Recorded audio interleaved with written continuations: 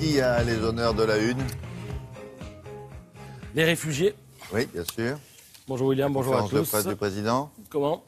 La conférence de presse du président. On en a tellement parlé hier, tout Mhm. l'après-midi, en début de soirée, pendant le 20h, que j'ai choisi de vous parler des réfugiés, mais on va aller au cœur de ces cortèges. L'histoire est taquine et elle se plaît à remettre en cause quelques préjugés solidement ancrés dans les inconscients. Qui aurait imaginé que l'Allemagne deviendrait un jour l'Eldorado des réfugiés de guerre, la terre promise des victimes des dictatures et des abandonnés de la mondialisation? Oui. Qui aurait pu l'imaginer? C'est la question qui fait tilt, la question que pose l'envoyé spécial du Monde à Vienne et à Munich auprès de ces réfugiés qui n'ont qu'un seul mot à la bouche, Alemania. Alemania comme un cri, comme une supplique, comme une promesse, comme une main tendue. Alemania, cet Eldorado nouveau, en tout cas perçu comme tel par des centaines de milliers de demandeurs d'asile. Alemania, ou les portes d'Ellis Island, mais un siècle après. Alors il faut lire le reportage de Marion van Rentergem dans Le Monde. Elle raconte le stupéfiant élan de solidarité des Allemands où se repèrent des volontaires qui vont même jusqu'à prendre leur voiture, font des centaines de kilomètres et foncent à Budapest. Ils vont tout simplement chercher ces réfugiés froidement accueillis par la Hongrie. Et alors ça donne des scènes surréalistes. Je lis un passage. Le père n'est pas sûr d'avoir bien compris la proposition des volontaires qui articulent à nouveau en anglais très lentement. On peut vous emmener en Autriche, à Vienne. Vienna, oui, vous pouvez venir dans nos voitures jusqu'à Vienne. Il faut payer combien?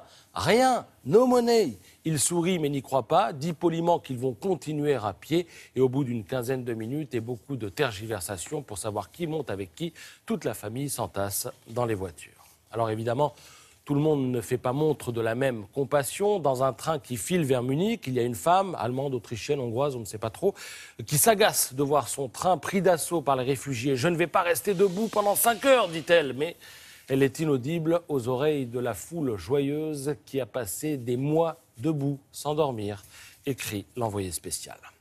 Alors sur l'incroyable mobilisation des Allemands, lire aussi le papier de Christophe Bourdoiseau dans Le Parisien, on devine que de l'autre côté du Rhin, même si l'on en a a priori fini avec la culpabilisation et les fantômes de l'histoire, eh bien on se fait aussi du bien en ce moment. L'Allemagne peut être fière de l'image qu'elle donne d'elle-même, dit le vice-chancelier du pays en annonçant le déblocage de 6 milliards d'euros pour la prise en charge des demandeurs d'asile. À travers cette phrase, c'est plus que de la fierté qui s'exprime, cela va bien évidemment au-delà. Mais derrière les élans, les embrassades, comme cette gamine réfugiée qui remercie un homme qui lui a offert un cadeau, derrière tout ça, il y a parfois quelques ratés. Les réfugiés, par exemple, disposent de bons d'hôtel qu'on leur remet lorsqu'ils arrivent en Allemagne. Mais quand ils présentent ces bons d'hôtel, il arrive qu'on les leur refuse. Pourquoi?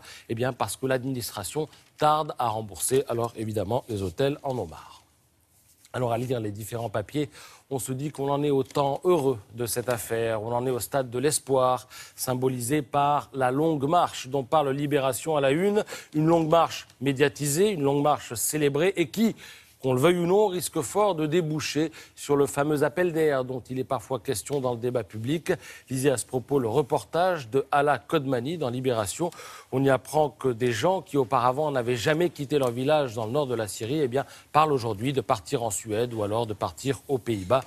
On n'en a sans doute pas fini de mesurer la portée de ce qui se passe en ce moment. Merci beaucoup. On va parler maintenant avec Sarah Daouraghi de ce qui s'est passé récemment.